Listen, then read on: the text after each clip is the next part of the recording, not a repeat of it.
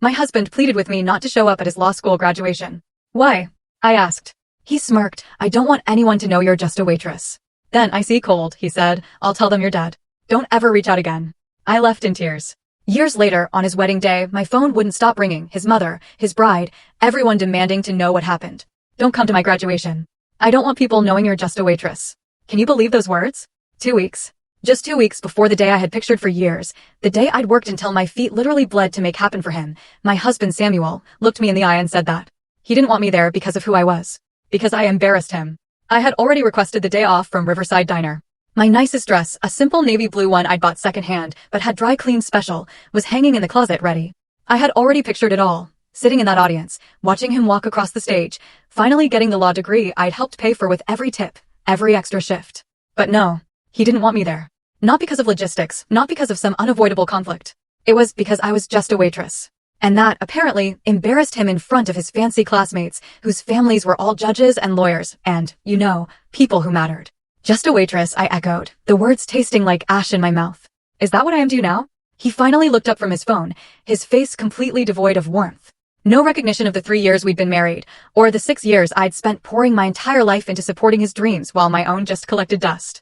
Haley, be realistic, he said, like I was the crazy one. Everyone there will be from families with money and status.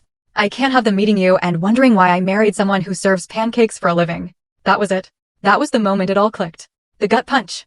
I realized then that I'd been erased, dismissed, long before he ever actually said those words out loud. But to really understand this, let me take you back. Way back. To the place I spent most of my waking hours for 6 years. To the life I genuinely thought meant something, before Samuel reduced it to an embarrassment he just had to hide. Riverside Diner. It's on the corner of 5th and Morrison. You know the type. Smells perpetually of bacon grease and coffee that's been on the burner too long. The vinyl booths are cracked, patched with duct tape in 3 different colors. The jukebox in the corner? It's stuck in the 70s, an endless loop of Eagles and Fleetwood Mac. Drives some people nuts, makes others nostalgic. The floor tiles are chipped from decades of foot traffic, worn right down to the concrete. And the fluorescent lights? They flicker whenever it rains, which, in our city, is about 200 days a year. For 6 years, that diner was my kingdom. I knew every single inch of that place. Every quirk, every malfunction, every small grace. I knew which booth needed a folded napkin under its wobbly leg. I knew which coffee pot poured fastest, and which one would drip if you tilted it wrong. The ice machine? Ground for exactly 3 seconds before it dispensed. The kitchen door? Squeaked like a banshee unless you pushed it just right. But more than the mechanics, I knew the people. Every regular customer, by heart. I knew their orders before they even opened their mouths. Their habits. Their patterns. Those small, human details. Professor Hicks, for instance, in every morning at 7:15. Black coffee, 2 sugars, no cream. Always left exactly $2, folded into a tiny tent. Always sat in the 3rd booth from the door, where the morning light let him read his newspaper without glare. Then there were the university students. Lost, bright-eyed kids who treated Riverside like their second office. They'd camp out for hours in the back booths, nursing a single coffee, their textbooks and laptops spread out like they were claiming territory. They'd debate constitutional law and criminal procedure, their voices getting louder with every caffeine jolt. Sometimes they'd stay so late I'd be wiping down around them during closing. I'd move through their conversations like a ghost, refilling water, clearing plates, while they talked about tort reform and appellate briefs and prestigious summer internships. They never looked up. Never said thank you. Never learned my name, even though I wore a name tag every single shift. To them, I was just part of the furniture. As permanent and invisible as the chipped tables and the flickering lights. My coworkers, though, they became my family. In ways that genuinely surprised me. Maria, who'd worked the morning shift for 8 years, had this uncanny ability to read customers the moment they walked in. She knew who'd tip well, who'd run her ragged for pocket change. She could spot trouble before it even started, the serial complainer, the dine and dasher. She taught me how to handle impossible situations with a smile that never quite reached her eyes, and words that sounded pleasant but carried a quiet warning underneath. Devin washed dishes on weekends, putting himself through community college. He was studying business management, 3 nights a week after his shifts ended. He had this philosophy about work he'd share, scrubbing pots in the back, his hands red from hot water and industrial soap. He'd say, every job teaches you something valuable if you pay attention. And washing dishes? That teaches you patience and the satisfaction of turning chaos into order. He truly believed the people who looked down on service work were the ones who'd never done it, who had no idea the skill, the endurance it actually required. And old Joe, cooked at Riverside for 30 years. Arrived at 5 a.m. every morning to prep for breakfast rush, stayed till dinner orders stopped. He barely talked, mostly grunts and nods. But he noticed everything. If I came in with red eyes or moving a little slower, he'd slide an extra piece of pie across the counter during my break. No words, no questions. Just this silent understanding that sometimes kindness comes in the form of banana cream and silence.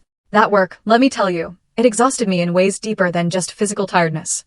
My feet ached every single night, a bone-deep pain no Epsom salts could truly ease. I developed calluses on my heels and permanent indentations on my shoulders from carrying those heavy trays. My hands smelled like coffee even after I scrubbed them raw. I learned to smile through rudeness, through condescension. To swallow the anger when customers snapped their fingers or called me sweetheart in a voice that made it sound like an insult. But there was a dignity in that work. A value I came to understand over time, even if the outside world refused to acknowledge it. Because the world measures worth in college degrees and salary brackets, not in reliability and honest effort. I showed up for every shift on time. Worked holidays and weekends without complaint. I learned every single aspect of that job, until I could run the entire front of house myself if I needed to. I took pride in doing it well. Making sure coffee cups stayed filled, orders came out correct, customers left satisfied. Even if they never bothered to. Learn my name. I met Samuel Thornton right there, in the diner, 3 years before he told me I was an embarrassment. It was late on a Tuesday night during finals week. He looked utterly exhausted and, well, broke. He was in that back booth, surrounded by a stack of law textbooks, actually counting out change to see if he could afford both coffee and food. I watched him, shoulders hunched, meticulously separating quarters from dimes, doing math he clearly didn't want to finish. I brought him coffee and a grilled cheese sandwich. When he tried to pay, I lied, told him it was a mistake order, that it would just go to waste if no one ate it. The truth? I paid for it myself out of my tips. But something about him, in that moment, reminded me of my own younger brother, who'd struggled so hard through community college. I just couldn't stand to see someone go hungry while they were trying to study. Samuel looked up at me with this gratitude that seemed so genuine. We started talking. He told me all about law school, the insane pressure, the brutal competition, the constant fear he wasn't smart enough or connected enough to make it in a field dominated by people from wealthy families. I told him about the diner, about the strange satisfaction of making someone's day a little bit better with a good meal and friendly service. We talked until my shift ended, and he even walked me to the bus stop, even though it was completely out of his way. Within a month, we were dating. He'd come to the diner during my breaks, and we'd sit in that same back booth, drinking coffee, talking about everything and nothing. He made me laugh with stories about his eccentric professors and competitive classmates. And I, he said, made him feel grounded, like there was life outside the pressure cooker of law school.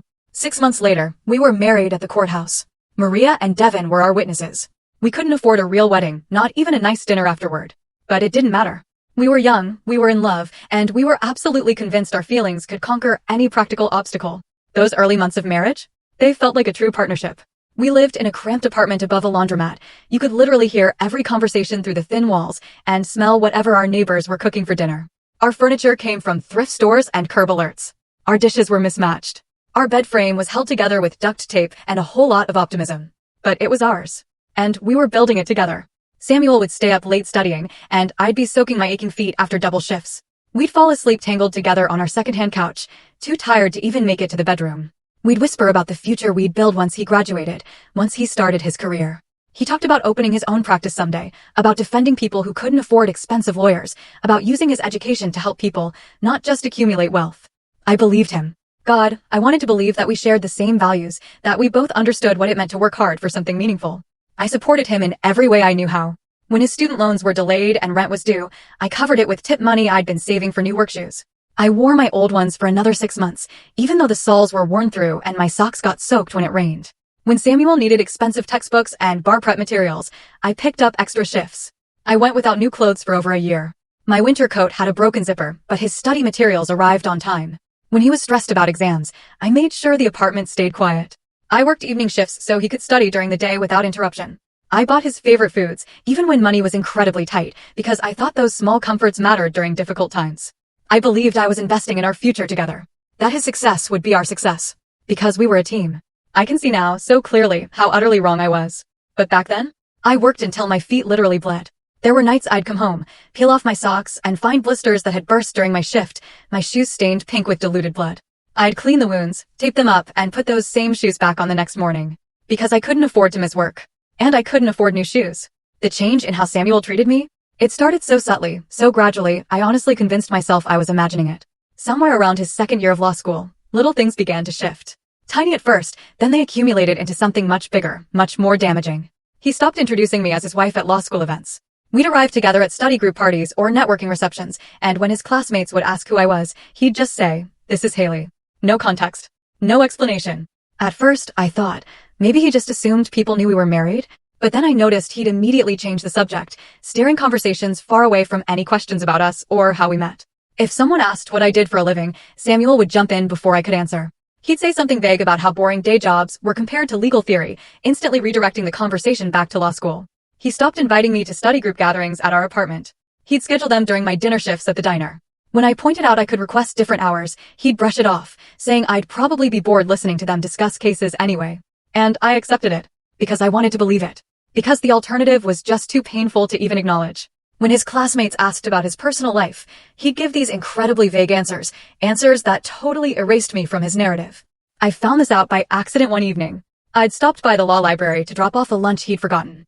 I overheard him talking with two classmates about weekend plans. One of them asked if he was doing anything with his girlfriend. Samuel said he was probably just going to study, that he didn't have time for a relationship with the demands of law school. I stood there, frozen in the doorway. Invisible. Holding his forgotten lunch, listening to him pretend I didn't even exist. I confronted him that night. He said I'd misunderstood. He just meant he didn't have time for the kind of relationship other people had, with regular date nights and weekend trips. He told me I should understand the enormous pressure he was under, that he couldn't worry about how he phrased things in casual conversations. I let it go. Because I wanted peace more than I wanted the truth, you know? But the erasure just kept going. It intensified. Samuel stopped posting pictures of us together on social media. His Instagram and Facebook pages became these carefully curated galleries of him at law school events or studying in coffee shops, all designed to present this image of a serious, dedicated student with absolutely no distractions. When I asked why he never posted our photos anymore, he said social media was superficial and he needed to maintain a professional image for future employers. He stopped mentioning me entirely in conversations with his professors or during networking events. I know this because sometimes one of his classmates would actually come into the diner. And when I'd mention being Samuel's wife, they'd look completely confused. Or worse, say they didn't even know he was married. Each time that happened, something inside me cracked a little further. I tried to tell myself he was just stressed. That law school pressure was making him act weird. That things would get better once the intensity eased up. I made excuses for behavior that didn't need excuses. It just needed acknowledgement. But deep down, something cold and certain was growing in my chest. This horrible realization. I was becoming invisible in my own marriage. My husband was systematically erasing me from his life, while I was still very much living in it. And now, standing there in our apartment, Samuel's graduation pronouncement still ringing in my ears, I finally understood. The erasure was complete. I wasn't just invisible. According to Samuel, I wasn't supposed to exist at all. The waitress who had supported him through 3 years of law school, who had worked until her feet bled so he could focus on studying, who had sacrificed her own dreams and financial security for his education. That woman was just an embarrassment he needed to hide from people who mattered. Just a waitress, I whispered again, the words like ashes. Samuel stood up from the couch, slipping his phone into his pocket. I'm glad you understand, he said, like it was a given. The ceremony's invitation only anyway, so it's not like you were really going to be able to attend. That was a lie. I had seen the graduation info. Family members were welcome. But I didn't argue. What was the point? He had already decided I wasn't family. He had already decided I wasn't worthy of being seen with him on his big day. I need to get back to studying, he said, walking towards our bedroom. He paused in the doorway, looked back at me with an expression I couldn't quite read. Then he dropped the bomb. Oh, and Haley? I've been telling people you died a few years ago. So if anyone ever asks, just don't contact me. It's cleaner that way. He closed the bedroom door, leaving me standing there alone in our living room. A Thursday night meatloaf getting cold on the coffee table. My entire world collapsing around me like a building with a faulty foundation, finally giving way to gravity and, well, truth. I stood there frozen, just staring at that closed bedroom door. The meatloaf on the coffee table had stopped steaming. Suddenly, the apartment felt impossibly small, like the walls were closing in around me. Samuel had just told me he'd been informing people I was dead. And then he'd walked away. To study. As if he'd just mentioned a change in his class schedule. My legs felt like jelly. I sank onto the couch, the same couch where, moments before, he delivered his verdict.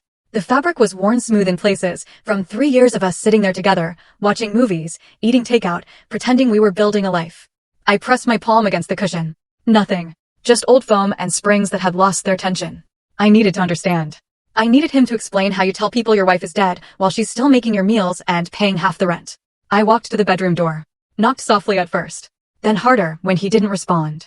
Samuel, we need to finish this conversation. There's nothing to finish. His voice, muffled but clear enough, came through the door. I have a contracts exam on Monday. I need to study. I opened the door anyway. He was at the small desk we'd bought together from a second-hand store, laptop open, textbooks neatly stacked. He didn't even turn around. You can't just tell me you've been pretending I'm dead and then go study for an exam. He sighed. That particular exhale that screamed, "You are being so unreasonable and tiresome right now." Haley, I already explained this. Everyone at graduation will be from families that matter. Lawyers, judges, business owners. These are people who can help my career. Having them meet you would raise questions about my judgment. My judgment. I repeated, the words feeling foreign, like a language I hadn't learned. What exactly would they question? That you married someone who works hard? Someone who supported you through school? He finally turned in his chair to face me. Still no warmth. No recognition of the person I'd been to him for 3 years.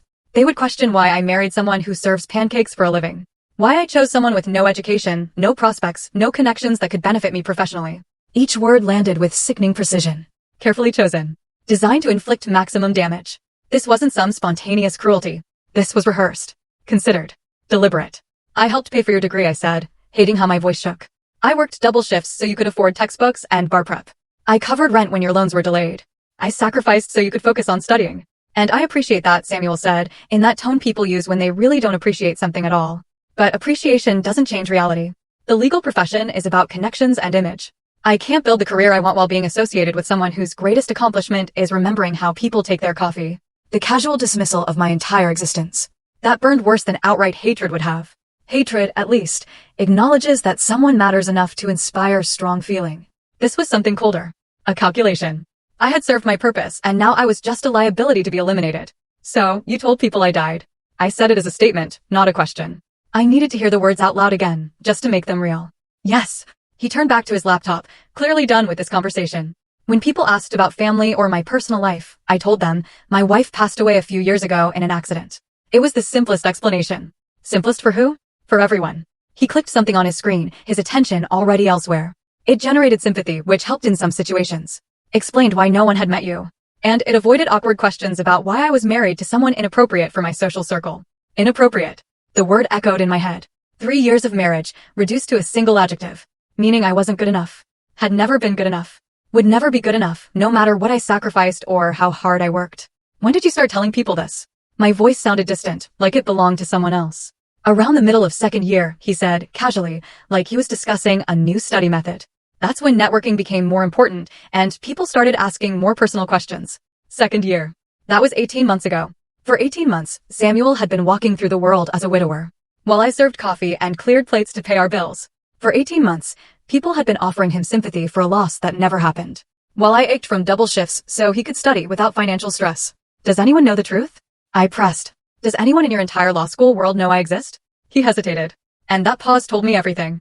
A few people from first year met you briefly, but most of them transferred or we lost touch. No one who matters knows you are real. No one who matters knows you are real. The sentence was so absurd, I almost laughed. I was standing right there, breathing, speaking, existing in 3 dimensions. But according to Samuel, I wasn't real, because the people who could advance his career didn't know about me. This is insane, I said. You understand that, right? This is not normal behavior. Normal is relative. Samuel closed his laptop, finally giving me his full attention, which somehow made everything worse.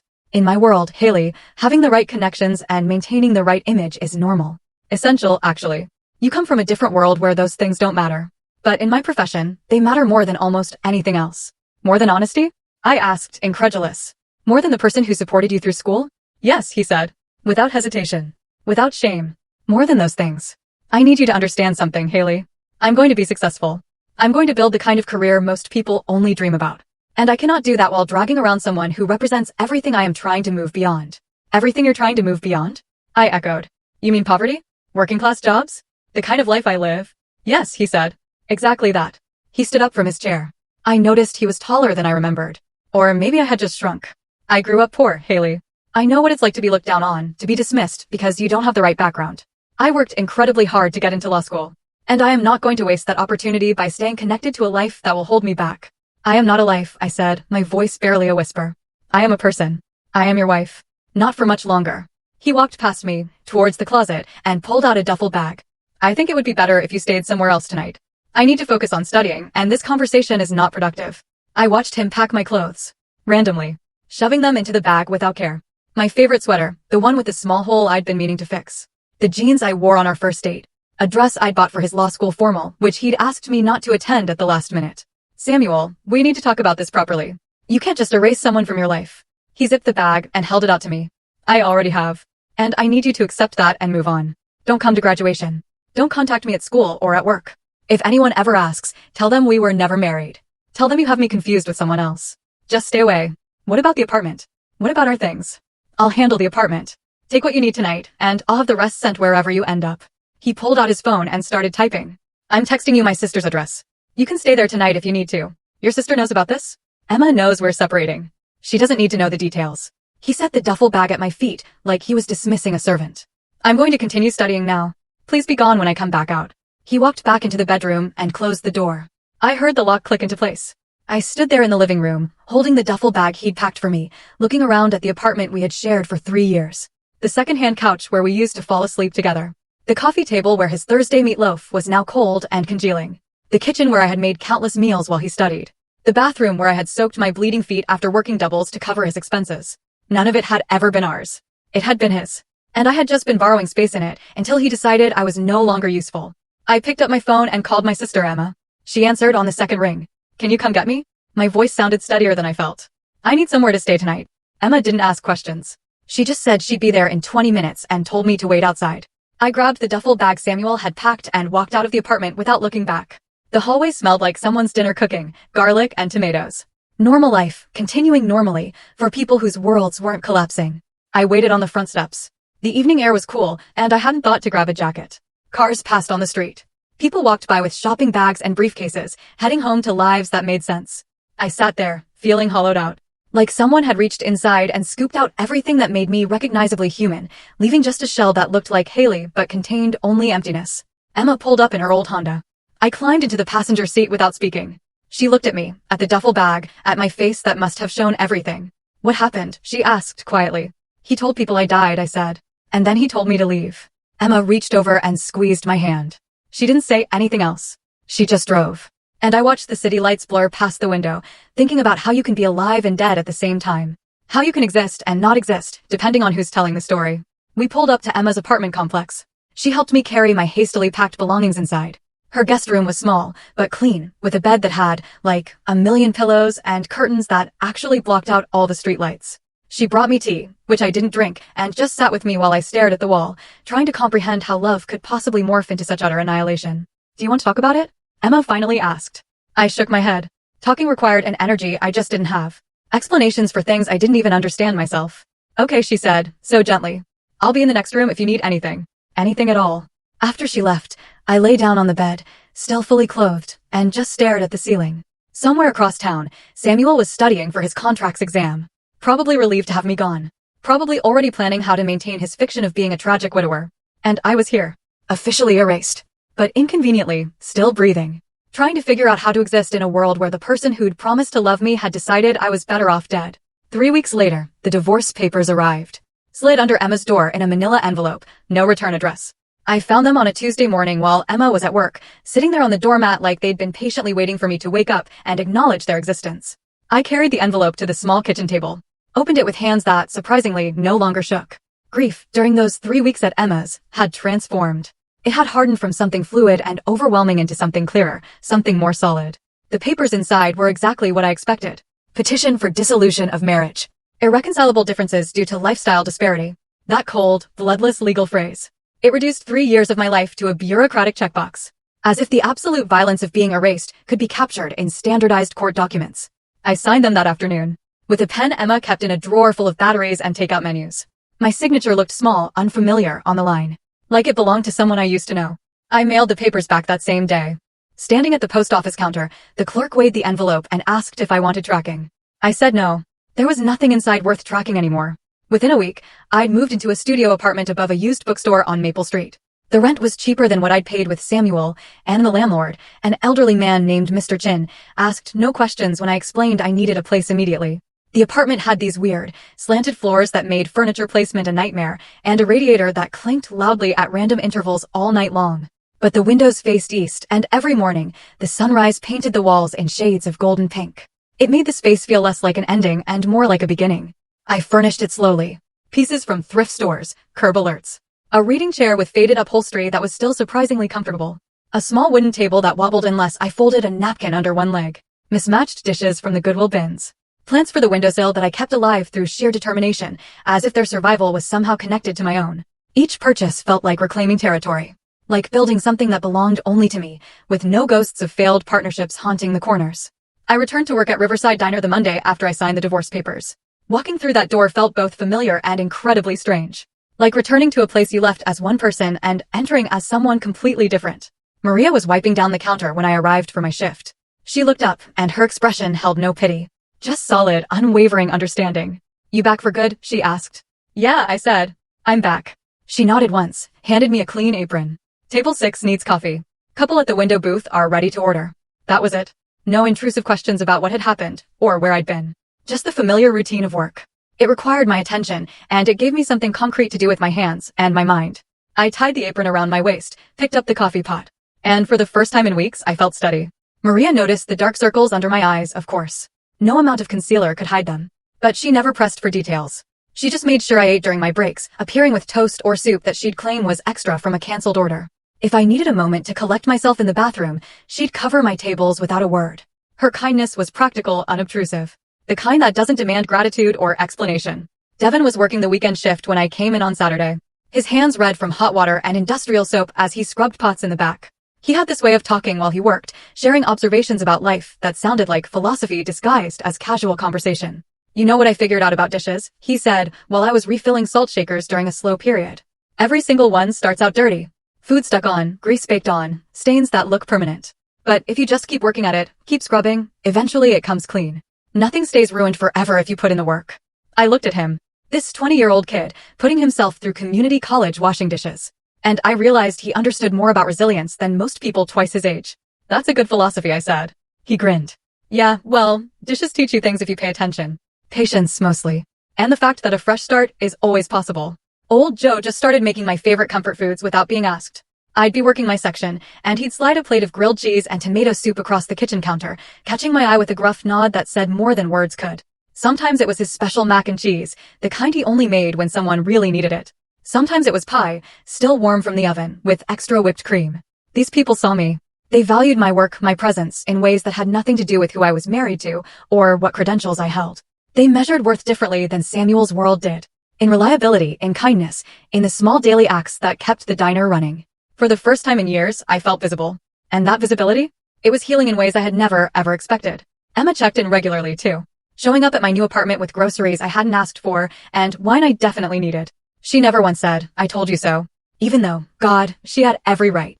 She'd met Samuel exactly 3 times during our marriage, and each time she'd come away with observations she mostly kept to herself. "He looks at other people at parties like he's shopping," she'd mentioned once, carefully, after a holiday gathering. "Like he's always scanning for someone more interesting or useful." I defended him then, made excuses about networking being part of law school culture. But Emma had been right. She'd noticed how Samuel stopped mentioning me in his social media posts, how his Instagram transformed from images of us together to carefully curated shots of him alone, presenting the image of a serious student with no distractions or complications. Now, she just showed up with takeout from my favorite Thai place. We'd sit at my wobbling table, eating pad Thai, watching terrible reality television. She'd provide this hilarious, sarcastic commentary about the manufactured drama on screen that made me laugh until I cried. And those moments? They reminded me that not everyone I loved had betrayed me. That some bonds survived, even when others shattered completely. I developed routines that were entirely mine. Saturday mornings, I'd walk to the farmer's market, 3 blocks from my apartment, buying fresh vegetables I'd cook in my tiny kitchen. Sunday evenings, I'd spend in the bookstore downstairs, where Mr. Chin let me browse for hours without any expectation I'd buy anything.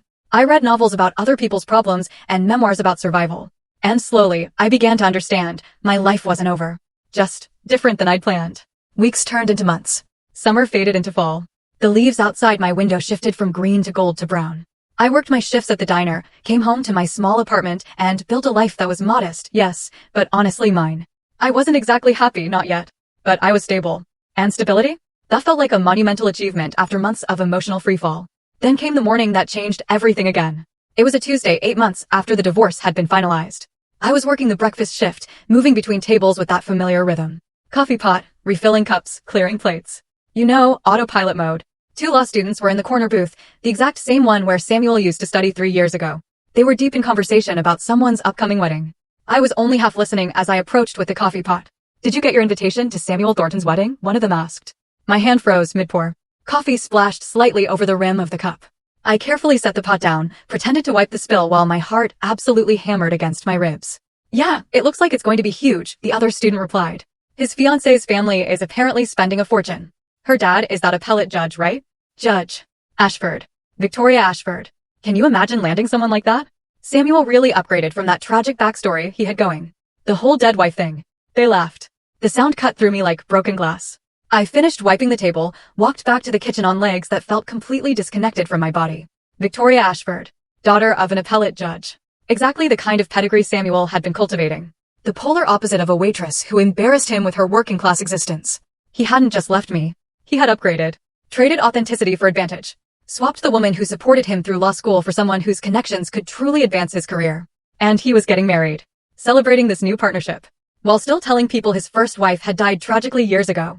I finished my shift, moving through the motions automatically, clearing tables, refilling coffee. My mind was just spinning with this new information.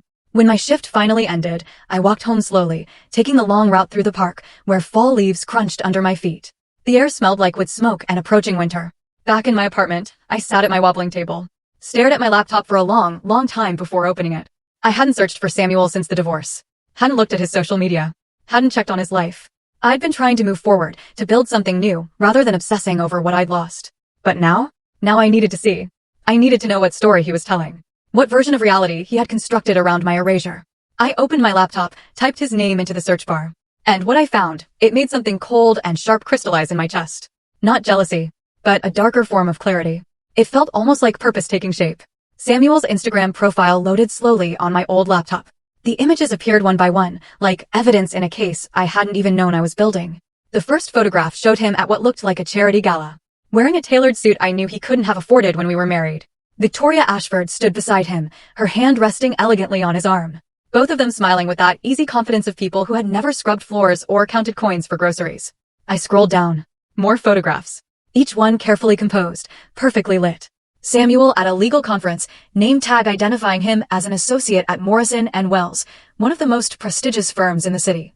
Samuel and Victoria on what the caption called a vineyard weekend. Wine glasses raised against a sunset that looked professionally photographed. Samuel alone in what looked like his new office, law books artfully arranged behind him, his expression thoughtful and accomplished. But it was the captions. The captions were what made my hands start to shake. Under that charity gala photo, he'd written about gratitude for second chances and the importance of honoring those we have lost by living fully. The comments beneath were full of heart emojis, supportive messages. People writing about his strength, his resilience. Someone mentioned how inspiring it was to see him finding happiness again after such a devastating loss. I clicked on an older post from 6 months ago. A photograph of Samuel standing alone on a beach at sunset, his back to the camera, looking out at the ocean. The caption read, 3 years ago today, I lost my best friend and partner. The grief never fully leaves, but I've learned that carrying love forward is the greatest tribute we can offer those who shaped us. She would want me to keep building the life we dreamed about together. The comments on that post numbered over 100. People shared their own stories of loss.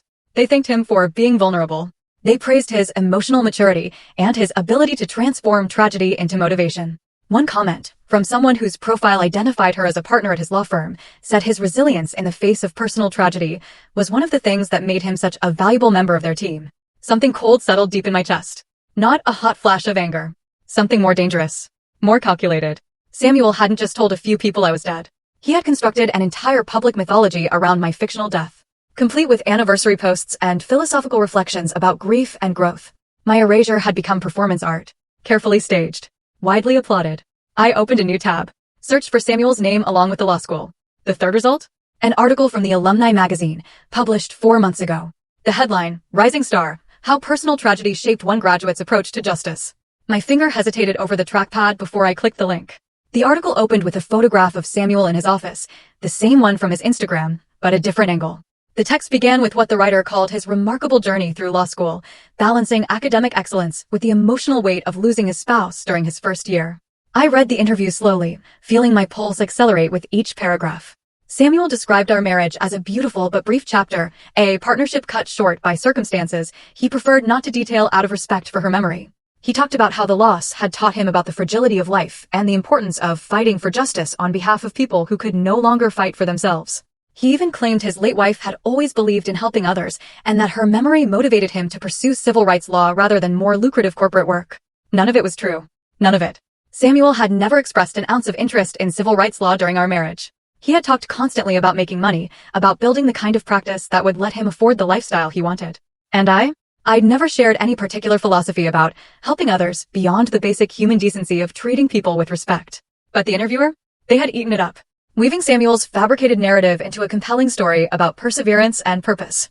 The article included a quote from one of his professors, saying Samuel's ability to channel personal tragedy into professional drive made him exactly the kind of attorney the legal system needed. Another quote, from a senior partner at Morrison & Wells, mentioned they had been impressed not just by his academic credentials, but by his character, which had been tested and proven through unimaginable loss. I clicked back to his Instagram. Scrolled further. More posts. Stretching back over 2 years. Each one meticulously maintaining the fiction. A photograph of a book about grief, with a caption about finding comfort in unexpected places. A shot of him running a 5K, with a caption about how physical challenges helped him process emotional pain. An image of a sunset with a quote about carrying memories forward while building new dreams. The performance was meticulous. He had created an entire digital memorial to a version of me that had never existed. A saintly, dead wife whose loss made him more sympathetic, more admirable, more hireable. Every post generated dozens of supportive comments. Every public display of grief earned him social capital that translated directly into professional opportunities. I found his LinkedIn profile next. His bio mentioned overcoming personal adversity during law school, though it was more subtle than his Instagram. But the recommendations from professors and colleagues made references to his resilience and emotional strength. One recommendation specifically mentioned his ability to maintain excellence despite circumstances that would have derailed most students. Then I found it. The engagement announcement. Posted 2 months ago on both his profile and Victoria's. The photograph showed them on what looked like a yacht. Victoria's left hand displayed prominently, showing off an engagement ring that probably cost more than I made in 6 months. The caption talked about finding love again after loss, about being grateful for second chances, about honoring the past while embracing the future. Victoria's parents had commented with congratulations and heart emojis. Samuel's colleagues from the law firm had written supportive messages. Friends I didn't recognize shared their happiness for him. And threaded through all of it was this underlying narrative, the tragic widower who had suffered and healed and now deserved his happy ending. I clicked on Victoria's profile. Her Instagram was equally curated. Full of photographs from charity events, gallery openings, weekend trips to places I'd only ever seen in magazines. She was beautiful in that way expensive education and good breeding create, polished, poised, utterly confident. Her bio mentioned her work at a nonprofit legal foundation, her passion for criminal justice reform. There were several posts about Samuel, each one glowing with affection and admiration. In one caption, she wrote about how his strength in the face of tragedy had inspired her to live more fully. In another, she mentioned how honored she felt to be chosen by someone who understood the preciousness of love because he had lost it once before. She had no idea.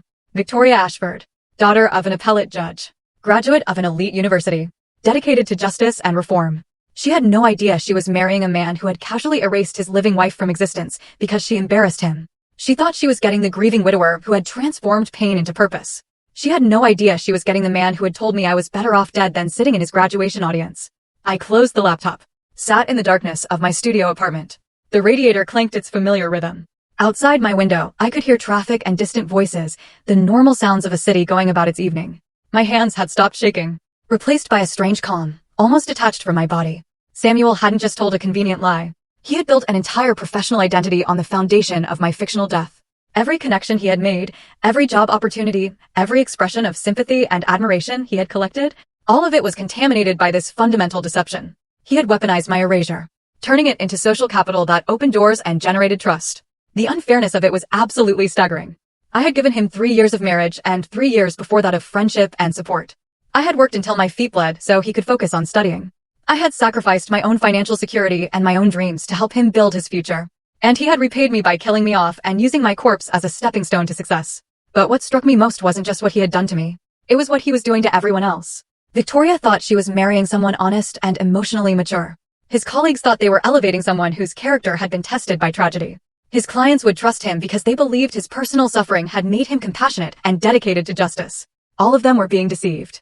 And none of them knew it. I stood up, walked to the window, looked out at the street below. A couple walked past, holding hands. A teenager sat on the bus stop bench, scrolling through her phone.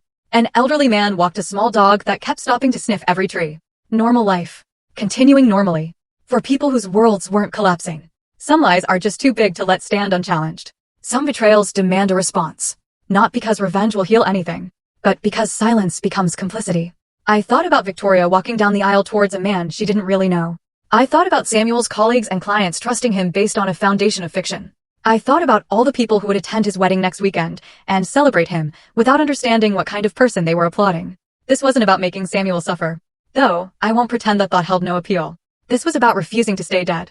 This was about resurrecting the truth, just enough to crack the carefully polished surface he had spent months building. This was about giving Victoria and everyone else in Samuel's fabricated world a chance to see who he really was, before they invested any more of their trust and respect in someone who did not deserve it. I opened my laptop again, created a new email account, something anonymous and untraceable. Then I started researching wedding venues, guest lists, contact information for key people in Samuel's professional and personal life. I worked methodically, taking notes in a notebook I bought specifically for this purpose, building a careful architecture of truth that would deploy at exactly the right moment. By the time I finished, it was nearly midnight. My coffee had gone cold hours ago, but I had a plan. And for the first time since Samuel told me not to come to his graduation, I felt something other than grief or confusion or hollow determination. I felt purpose. Clear and cold and certain. Like ice forming on a winter lake. The next morning, the notebook sat open on my kitchen table. It was filled with names, numbers, details I'd collected all through the night. My coffee had gone cold while I worked, but I barely noticed. I was building something precise, you see. A structure of truth that would stand on its own, without me needing to be its visible architect. Victoria's social media had conveniently provided the wedding venue. Ashford Estate, she called it in her posts, though the official name was Riverside Manor. An upscale property, about 30 miles outside the city. The photos she'd shared showed manicured gardens, a ballroom with crystal chandeliers, the kind of place that requires deposits larger than most people's annual salaries. She'd tagged the location in multiple posts, hashtagging it with their wedding date and variations of blessed, grateful, forever. I spent Tuesday morning cross-referencing social media tags and law firm directories, building a map of exactly who would be present at Samuel's wedding. Victoria's parents were easy to identify, Judge Richard Ashford and his wife Catherine. They appeared frequently in photos from charity events and legal conferences. Both polished, prominent, clearly explaining why Samuel had chosen their daughter. The guest list extended through their social network like branches on a family tree. Each connection leading to more connections, more names, more people who believed Samuel's carefully constructed fiction. Samuel's law firm partners were there too, visible in his LinkedIn connections and Instagram tags. Morrison and Wells employed 60 attorneys, but only 5 were senior partners. And all 5 followed Samuel on social media, all had commented on his engagement announcement. I wrote down their names, found their office numbers through the firm's website.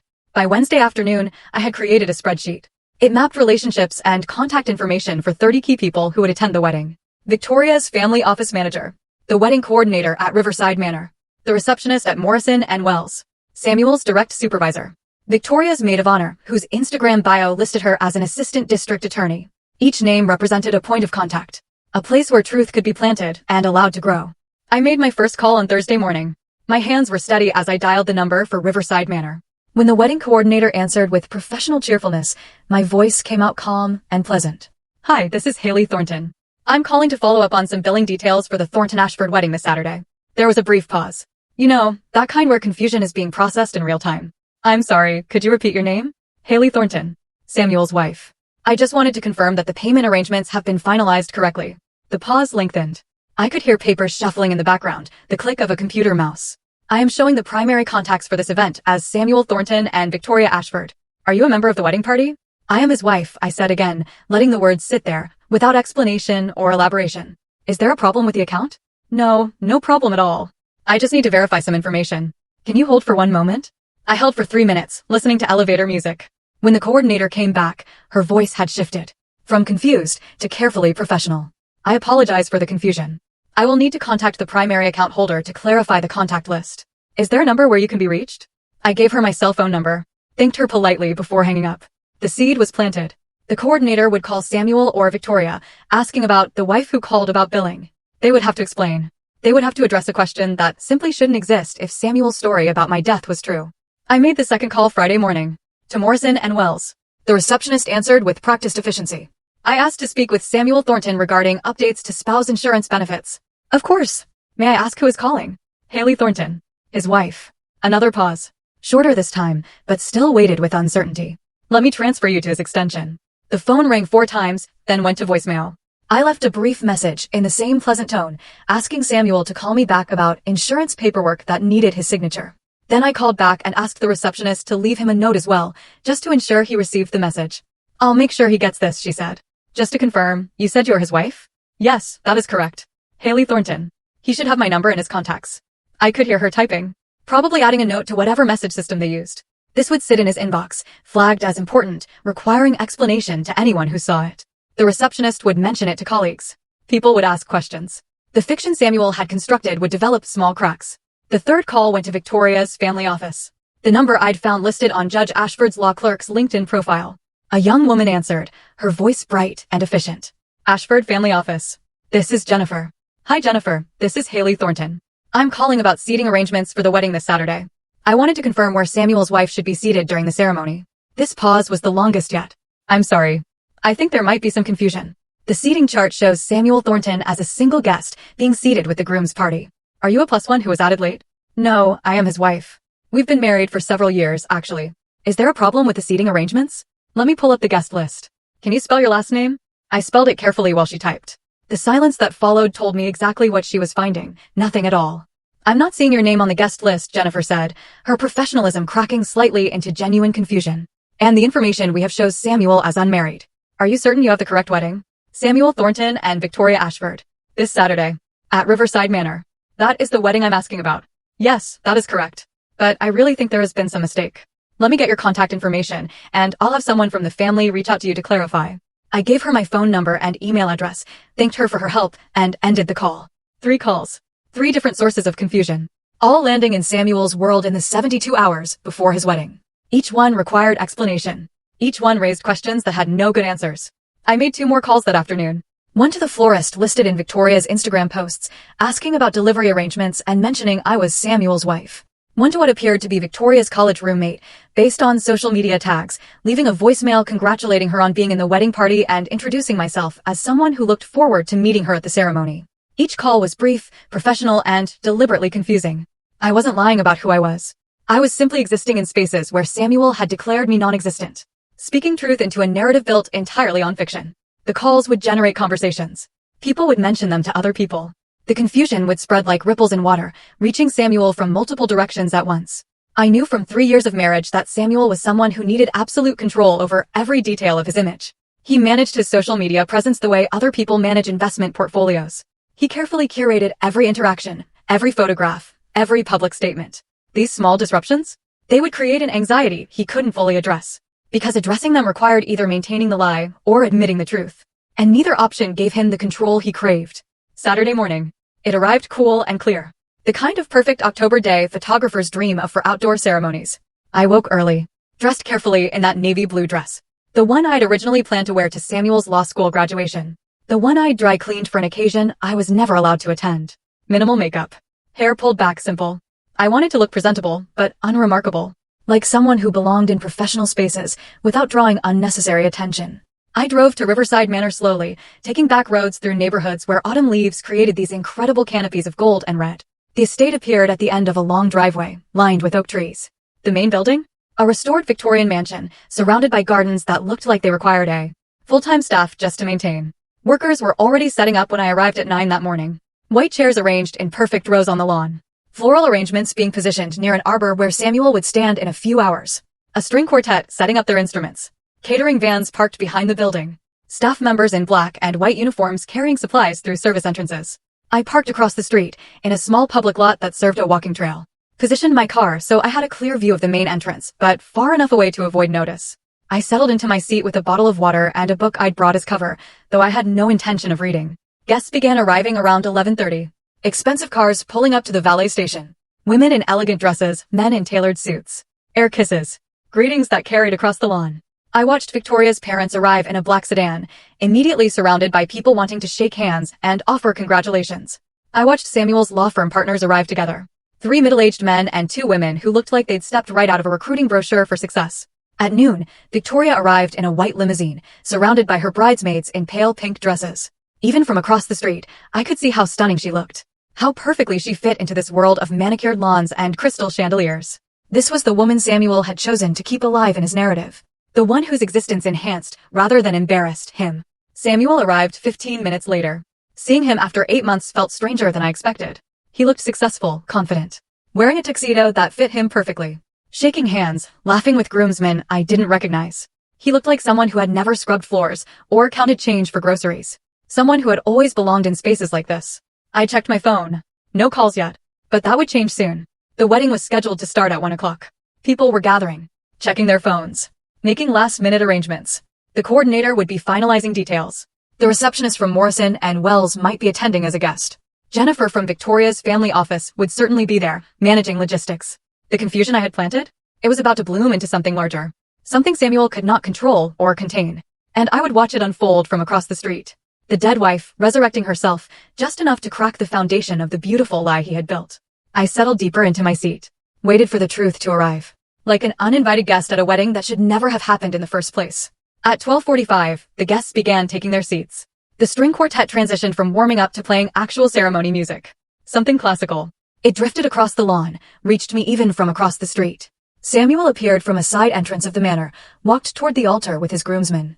All of them in matching tuxedos and boutonnieres. He looked calm, composed. Every inch the successful attorney about to marry into one of the most prominent legal families in the state. I watched him take his position beneath the floral arbor, checking his watch, exchanging words with the officiant. The guests settled into their white chairs. Programs rustling. Phones being silenced. Everything was proceeding exactly as planned. A perfect ceremony for a perfect couple, built on a perfect lie. Then, Samuel's phone rang. Even from my position across the street, I could see him stiffen. He reached into his jacket pocket, pulled out his phone, glanced at the screen with an expression that started as irritation. He declined the call, slipped the phone back into his pocket, saying something to the groomsmen beside him that looked like an apology for the interruption. 30 seconds later, it rang again. This time, Samuel's frown deepened. He pulled the phone out again, stared at the screen longer, and I watched his jaw tighten in a way I recognized from 3 years of marriage. That was his tell. When something was going wrong, but he was trying to maintain control. He declined the call again, but his composure had developed a crack. The phone rang a third time before he could even put it away. Samuel stepped back from his position at the altar, holding up one finger to the officiant. A gesture that asked for a moment. He answered the call, pressing the phone to his ear, his free hand going to his hip. I couldn't hear what was being said, but I could read his body language. The way his shoulders hunched forward. The sharp gesture he made with his hand. The growing tension in his posture as whatever explanation he was trying to give clearly wasn't satisfying the person on the other end. Guests in the front rows began turning in their seats, whispering. The officiant looked uncertain, wondering whether to wait or try to proceed. One of the groomsmen approached Samuel, said something. But Samuel waved him away without taking the phone from his ear. Then I saw Victoria's mother stand up from her seat in the front row. Catherine Ashford. She had her own phone pressed to her ear. Her expression had shifted from composed matriarch to someone dealing with an unexpected crisis. She walked quickly towards the altar area, her elegant dress not quite suited for the pace she was moving. She reached Samuel just as he was ending his call. And she immediately began speaking to him, gesturing at her own phone. I watched Samuel shake his head, watched him try to explain something. But Catherine's expression was transforming from confused to outright suspicious. She kept pointing at her phone, her voice carrying across the lawn in fragments I couldn't fully make out, but whose tone was unmistakably demanding answers. Other guests were checking their phones now. I could see the ripple effect moving through the rows of white chairs as people pulled out devices, looked at screens, then at each other with confused expressions. The wedding coordinator appeared from somewhere behind the manor, practically running across the lawn with her tablet clutched in both hands. She reached Samuel and Catherine, tried to show them something on her screen. Her mouth moving rapidly in what looked like an attempt to explain a situation that made no sense. One of Samuel's law firm partners stood up from his seat. A man I recognized from LinkedIn as Richard Morrison, one of the founding partners of Morrison and Wells. He made his way to the front with the deliberate stride of someone accustomed to taking charge in crisis situations. When he reached the growing cluster of people near the altar, he pulled out his own phone, showed Samuel something on the screen. Samuel's face had gone from irritated to genuinely panicked now. His hand ran through his hair, disrupting the careful styling. He was talking rapidly, gesturing with both hands, trying to explain something to multiple people at once. But whatever he was saying was clearly not resolving the confusion, because more people kept approaching with phones and questions. The string quartet had stopped playing. The sudden silence made the chaos at the altar even more noticeable. Guests were standing now, craning their necks to see what was happening, whispering speculation that grew louder as the delay continued. Then I saw Victoria. She emerged from the manor in her wedding dress, surrounded by her bridesmaids in their pale pink gowns. She was supposed to wait for her musical cue before making her entrance. But something had clearly gone wrong with the timing. She took 3 steps onto the lawn before she seemed to register that the ceremony hadn't started. That something was very, very wrong at the altar, where her groom should have been waiting calmly for her arrival. Victoria gathered her dress and walked quickly toward the cluster of people near the arbor, her face shifting from bridal joy to confusion to something harder. As she got closer, I watched her reach Samuel, watched her grab his arm, pull him slightly away from the others. They stood face to face. And even from across the street, I could see the intensity of whatever conversation was happening. Samuel was trying to calm her down, his hands making placating gestures. But Victoria was not having it. She stepped back from him, one hand going to her mouth in a gesture that looked like pure shock. Her mother moved to her side immediately. And now, Samuel was surrounded by the two most important women in his fabricated life. Both of them clearly demanding answers he could not provide without destroying everything. Judge Ashford stood up from his seat in the front row, his expression grave. He approached the group at the altar with the measured pace of someone who had presided over countless courtrooms and knew how to project authority even in chaos. When he reached Samuel, he said something brief. And I watched Samuel's face drain of color. More phones were ringing now. More guests checking messages. The wedding coordinator was frantically typing on her tablet, probably trying to reach other vendors or contact someone who could explain what was happening. Samuel's law firm partners had gathered in a small cluster, speaking among themselves, glancing toward the altar with expressions that ranged from concerned to professionally suspicious. Victoria's hand had dropped from her mouth to her side. She was staring at Samuel with an expression I recognized from my own experience. It was the look of someone watching a person they thought they knew transform into a stranger. Her mother had an arm around her shoulders, but Victoria seemed barely aware of the support. I checked the time on my phone. 10 minutes. 10 minutes had passed since the ceremony was supposed to start. 10 minutes of Samuel's carefully constructed world collapsing under the weight of simple truth. The dead wife calling about billing. The dead wife inquiring about insurance benefits. The dead wife asking about seating arrangements. Each call a small bomb detonating in his fiction, creating confusion that multiplied and spread until it could no longer be contained or explained away. Samuel pulled out his phone again, appeared to be making a call himself now. Probably trying to reach me. Trying to figure out how to stop what was already in motion. But I had turned my phone off hours ago. There was nothing he could say that would put this back together. Judge Ashford was speaking to the officiant now, and I could read the body language clearly enough. The ceremony was being delayed indefinitely. The judge turned to address the assembled guests, his voice carrying with the projection of someone trained to command courtroom attention. I couldn't hear the exact words, but I could see the reaction. Guests standing, confused conversations erupting, people beginning to gather their belongings or move toward the manor entrance. Victoria's bridesmaids had surrounded her in a protective cluster, and I watched her turn away from Samuel, walk back toward the manor with her mother and her attendants, forming a barrier between her and the man she had been about to marry. Samuel tried to follow, but Judge Ashford put a hand on his shoulder, stopping him. The two men stood there, having what looked like a very serious conversation, while the wedding dissolved around them. I had seen enough. The truth had done its work, creating exactly the kind of chaos that could not be smoothed over with explanations or excuses. Samuel would have to choose now, between admitting he had lied about my death, or constructing even more elaborate lies to cover the first ones. Either choice would cost him something significant. His credibility, his relationship with Victoria, his standing at the law firm that had elevated him based on a character assessment built on fiction. I started my car, pulled slowly out of the parking lot. In my rearview mirror, I could see the scene continuing to unfold. Guests streaming toward their cars, or clustering in confused groups. The wedding coordinator standing alone near the arbor, staring at her tablet like it might contain answers. Samuel still talking with Judge Ashford, his gestures growing more desperate. The ghost he had tried to create had spoken. From beyond the grave he dug. And the message was devastatingly simple. I'm still here. I exist. And lies, no matter how carefully constructed or widely believed, eventually collide with truth in ways that cannot be managed or controlled. I drove back towards the city slowly, taking the scenic route through neighborhoods where families were having normal Saturday afternoons. Kids playing in yards, people washing cars, couples walking dogs. Regular life, just continuing, for people whose worlds hadn't just collapsed under the weight of fundamental deception. My phone stayed off in my purse. I didn't need to hear Samuel's explanations or excuses. I didn't need to witness the aftermath directly. I had done what I came to do, which was not to destroy him, no.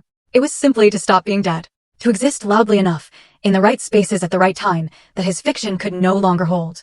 The revenge I needed wasn't violence or some dramatic confrontation. It was just this. The truth, deployed precisely. Allowed to spread through his world like cracks in ice. What happened next? Honestly, that wasn't my concern. I had served my final notice. The waitress he dismissed as beneath his ambition had proven capable of serving him one last thing he could not send back or ignore. I was alive. Inconvenient. Unmarketable. Completely real. And that finally was enough. I drove home through the Saturday afternoon traffic. The autumn sun filtering through trees that lined the highway in shades of copper and gold. My hands were steady on the steering wheel. My breathing calm and even. There was no rush of adrenaline, no triumphant feeling coursing through my veins. Just this quiet sense of completion. Like closing a book after reading the last page and setting it carefully on the shelf where it belongs. When I reached my studio apartment, I climbed the narrow stairs, unlocked the door. Found everything exactly as I had left it that morning. The reading chair by the window. The plants on the sill catching the afternoon light. The small table with its folded napkin under one leg. My space. My sanctuary. untouched by the chaos I had created 30 miles away at an estate I would never visit again. I made tea, sat by the window, watching the street below, where normal life continued its normal patterns. A mother pushed a stroller past the bookstore. Two teenagers sat on the bus stop bench, sharing earbuds, laughing at something on a phone. An elderly man walked his dog, stopping patiently while the animal investigated every tree and lamppost. The world just kept turning. Indifferent to the small earthquake I had triggered in Samuel Thornton's carefully constructed reality. My phone stayed off for the rest of the weekend. I didn't need to know what happened after I drove away. I didn't need Samuel's explanations or excuses, or his attempts to spin the situation into something he could control. The truth had been deployed. And truth? It has its own momentum once it's released into the world. Sunday, I worked my regular shift at Riverside Diner. Maria raised an eyebrow when I walked in, studying my face with the careful attention of someone who had known me for 6 years and could read my moods like weather patterns. "You look different," she said, while we set up the coffee station before the morning rush. "Something happened?" "I took care of something I needed to handle," I replied, filling the industrial coffee maker with grounds. "That's all." She nodded slowly, asking nothing more, but understanding in the way that good friends do. We worked our shift in comfortable rhythm, refilling cups, clearing plates, exchanging the kind of easy conversation that comes from shared labor and mutual respect. On Monday morning, I finally turned my phone back on. 17 missed calls from Samuel. A dozen text messages that progressed from confused to angry to pleading. 3 voicemails I deleted without listening to. I blocked his number and went about my day as though nothing unusual had occurred. Because in the architecture of my own life, nothing had changed except the weight I no longer carried. Tuesday afternoon, Emma called while I was reorganizing the storage closet at the diner during my break. "So," she said, without preamble, "I heard some interesting gossip about a certain wedding that apparently went sideways this weekend." "Did it now?" I said, moving cans of tomato sauce to a higher shelf. "My friend Jennifer works as a paralegal at Whitman and Cross. She was invited to the Thornton-Ashford wedding because her boss does work with Judge Ashford. She said it was the most awkward ceremony she has ever attended." I said nothing, just kept organizing cans while Emma continued. "Apparently, it was delayed by almost half an hour because the groom was getting calls and messages about his dead wife, who turned out to be not so dead after all." Jennifer said Victoria was in tears. The judge looked ready to call the whole thing off, and half the guests were on their phones trying to figure out what was happening. "Sounds complicated," I offered neutrally. The ceremony eventually went forward, but Jennifer said the reception was tense. Like everyone was pretending everything was fine, while clearly nothing was fine. And now? People are talking. Law firms love gossip, and a story about someone faking a spouse's death for sympathy? That's exactly the kind of thing that spreads. Emma paused. I could hear the question she wasn't quite asking. "I appreciate you letting me know," I said. "But I'm not really interested in following up on any of it. What happens in Samuel's world is not my concern anymore." "Fair enough," Emma said. "I just thought you should know that whatever you did, it worked." People are asking questions he can't answer well. After we hung up, I finished organizing the closet and returned to my shift. The information Emma shared settled into my awareness without generating any particular emotion. Samuel's world was cracking, in the ways I knew it would, once truth entered the foundation. What happened next was between him and the people he had deceived, none of whom were my responsibility to protect or inform. The weeks that followed fell into the familiar patterns of my rebuilt life. Morning shifts at the diner. Afternoon walks through my neighborhood. Evening hours in my apartment, reading or cooking simple meals that pleased only me and required no one else's approval. I had returned to the rhythm that sustained me. And I found it both sufficient and satisfying in ways that surprised me. 3 days after the wedding that almost wasn't, Emma forwarded me a screenshot from social media without additional commentary. The image showed Samuel and Victoria at what appeared to be their reception. Both of them dressed in wedding attire, smiling for the camera. But even through the filtered and edited photograph, something looked wrong. The smiles were too tight. Victoria's eyes held no warmth. Samuel's hand on her waist looked more like obligation than affection. The post had been shared by someone I didn't know, one of Victoria's cousins, based on the profile information. The caption asked a question that had generated significant discussion in the comments below. Why would someone lie about a spouse dying? What does that say about their character and integrity? The comments were divided. Some people defended Samuel, suggesting he'd been the victim of a malicious prank by an unstable ex. Others expressed doubt about his honesty and questioned whether someone capable of that level of deception could be trusted in professional settings. A few pointed out that multiple sources had received calls and messages from his supposedly dead wife, which seemed more coordinated than a random prank. I saved the screenshot to a folder on my phone, then closed the application. The mythology Samuel had built so carefully was developing cracks, and sunlight was getting into the fissures. What grew in those cracks was not my concern. I had simply planted truth in soil that had been cultivated with lies, and nature would take its course from there. The months that followed brought changes to my own life that had nothing to do with Samuel or his unraveling narrative. In February, Frank called me into his office at the diner and offered me a promotion to assistant manager. The position came with increased responsibility, better pay, and regular hours that would allow me to have actual weekends off for the first time in years. "You have earned this," Frank said, in his characteristically brief way. "You show up, you work hard, you treat people with respect. That matters more than fancy credentials." Maria organized a small celebration in the break room, bringing in cake from the grocery store that Joe complained about while eating 2 generous pieces. Devin created a card that everyone signed, with messages about appreciation and respect, and how much they valued working with me. These people had become my family, in the truest sense. The ones who saw me for who I actually was and valued that person without reservation or condition. The promotion felt more meaningful than any of Samuel's polished achievements, because it was built on reality rather than fiction. I wouldn't be featured in alumni magazines or celebrated at charity galas, but I had earned genuine respect from people whose opinions I actually valued. And that made it more substantial than anything constructed on fabricated tragedy. 6 months after the wedding that almost wasn't, Emma mentioned over coffee that her friend Jennifer had heard updates about Samuel through the legal community gossip network that apparently functioned as efficiently as any news service. "Victoria's parents hired someone to investigate after the wedding disruptions," Emma said, stirring sugar into her coffee. "They found out the truth about you. About how Samuel had been telling people you died when you were very much alive and paying half his rent." I sipped my own coffee and waited for her to continue. The marriage went forward because calling it off would have been too embarrassing for everyone involved. But Jennifer says everyone knows it's strained. Victoria apparently feels betrayed on a fundamental level, which makes sense, given that her husband built their entire relationship on a massive lie. "That sounds difficult for her," I said. And I meant it. Victoria had been a victim of Samuel's deception as much as I had been, just in different ways. Also, Emma continued, Morrison and Wells apparently had some serious conversations about Samuel's character and judgment. They didn't fire him, but they're not fast-tracking him anymore either. That sympathetic widower narrative that helped him get hired? It's been replaced by questions about his integrity. I absorbed this information with the same neutral attention I had given all the previous updates. Samuel's professional reputation was becoming complicated in exactly the ways I expected once the foundation of lies was exposed. Truth, once released, shapes reality in ways that no amount of careful image management can control or redirect. "Does that feel satisfying?" Emma asked, watching my face. "Knowing that he's facing consequences?" I considered the question carefully. "It feels complete," I said finally. "I didn't do this to punish him, or to celebrate his struggles. I did it to stop being dead, to exist loudly enough that his fiction could not hold. What happens to him now is between him and the people he deceived. I'm just living my life." Emma nodded, understanding in ways that only someone who had witnessed the entire arc of the story could understand. We finished our coffee and talked about other things. Normal things. The texture of a life that had moved beyond the need for revenge or vindication. I walked home through streets where spring was beginning to assert itself. New leaves on trees, flowers pushing through soil and window boxes. The world renewing itself in cycles that had nothing to do with human drama or constructed narratives. I climbed the stairs to my studio apartment, unlocked the door, and stepped into the space that was entirely and authentically mine. The truth had done its work. Samuel's carefully polished facade had developed cracks that would never fully repair. And I had stopped being the ghost he tried to create, reclaiming my existence through the simple act of refusing to stay buried in the grave he dug with lies. That was enough. That was everything. The calendar notification appeared on my phone in late October, a full year after Samuel had told me not to come to his graduation. The reminder read simply anniversary, because I had never bothered to delete it after the divorce. 6 years since we had stood in that courthouse with Maria and Devin as witnesses, believing we were starting something that would last. I stared at the notification for a long moment, then dismissed it with a swipe of my finger. But the date lingered in my awareness throughout my shift at the diner.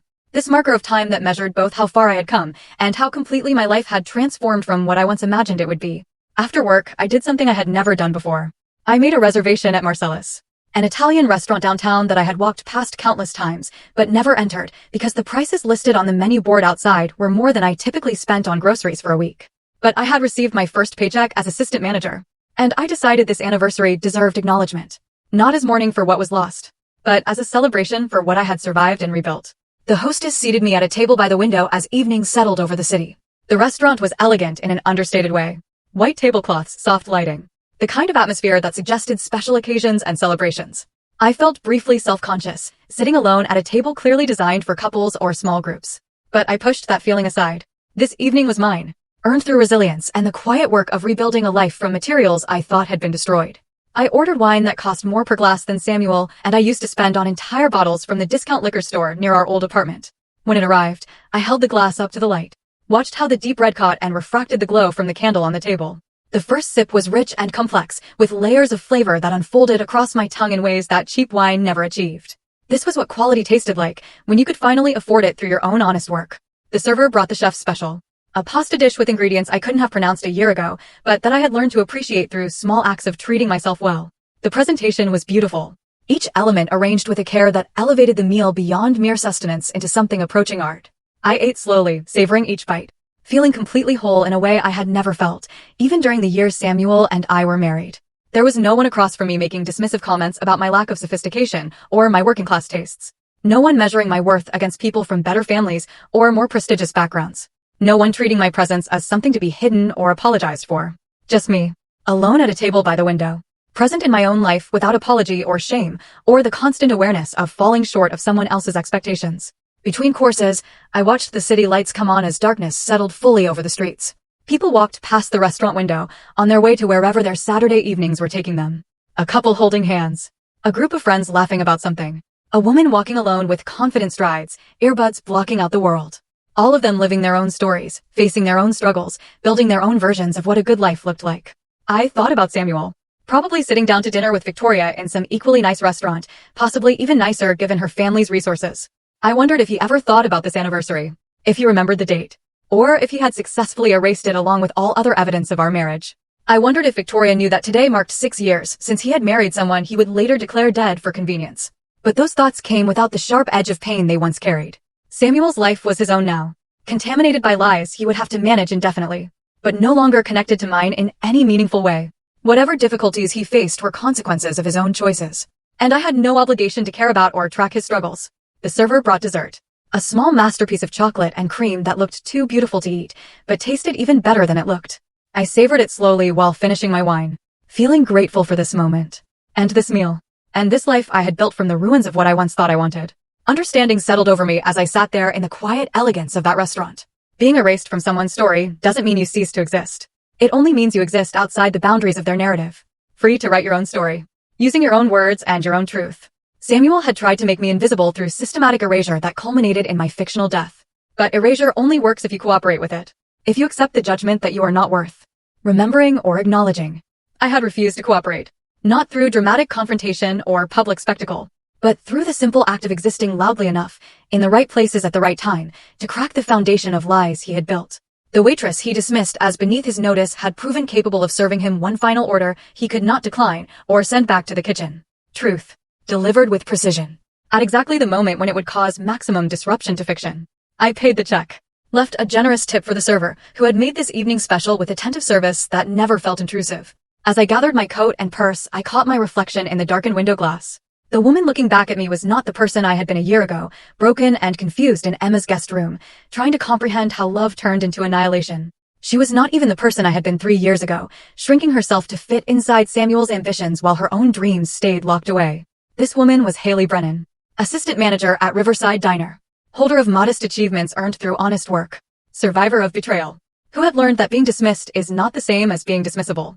I had scars from this experience, places where trust had broken and might never fully heal.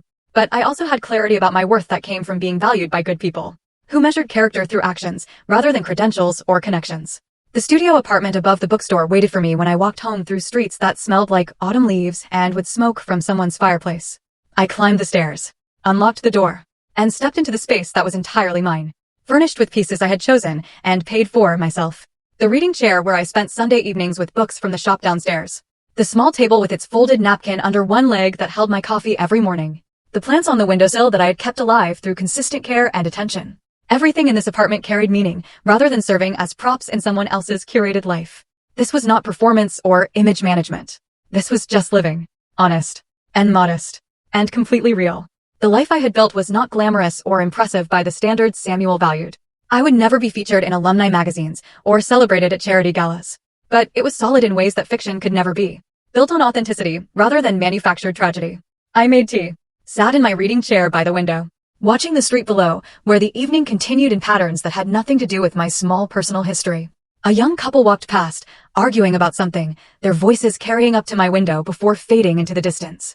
The bookstore owner locked up for the night, testing the door twice to make sure it was secure before walking to his car parked at the curb. Normal life. Continuing normally. The way it always had and always would. Indifferent to individual dramas and personal transformations. Samuel had tried to write me out of his story. To erase me so completely that I became nothing more than a tragic footnote in his narrative of perseverance and success. But stories have a way of asserting their own logic. demanding internal consistency, punishing those who falsify fundamental facts. His story would always be contaminated by the lie at its center. The dead wife who turned out to be alive, and capable of disrupting his carefully planned wedding with nothing more than truth, delivered precisely. My story was different. It was clean, built on survival, and the quiet power of continuing to exist despite someone else's determination to erase me. It was not a story people would tell at networking events, or use to generate sympathy and professional opportunities. It was just mine, honest, hard-won, and sufficient. I raised my teacup toward my reflection in the dark window, a small toast to the woman I had become. Not the ghost Samuel tried to create, but someone solid and present and whole. Someone who had learned that the best revenge is not destruction or punishment, but simply refusing to disappear. Simply continuing to exist with dignity and honesty while the lies collapse under their own weight. The evening stretched ahead with no demands on my time or attention. I could read, or cook, or simply sit in this chair, watching the city lights and feeling grateful for this ordinary, extraordinary life. Tomorrow, I would work my shift at the diner. I would pour coffee, and clear plates, and exchange easy conversation with people who valued my presence and my contributions. I would come home to this apartment, and these routines, and this quiet satisfaction that came from building something real. That was enough. That was everything. The ghost had learned to live again. Not by haunting the person who tried to kill her off, but by claiming her own space in the world, and refusing to be anything other than fully, completely, inconveniently alive. I finished my tea, set the cup down gently on the small table. Outside my window, the city continued its evening rhythms. And inside this modest apartment above a used bookstore, I sat in my reading chair, feeling absolutely complete. Defined not by someone else's shame, or limited by someone else's ambitions, but by my own resilience, and my own refusal to stay buried in a grave dug with lies. The anniversary had passed. The ghost had lived. And that finally was the entire story.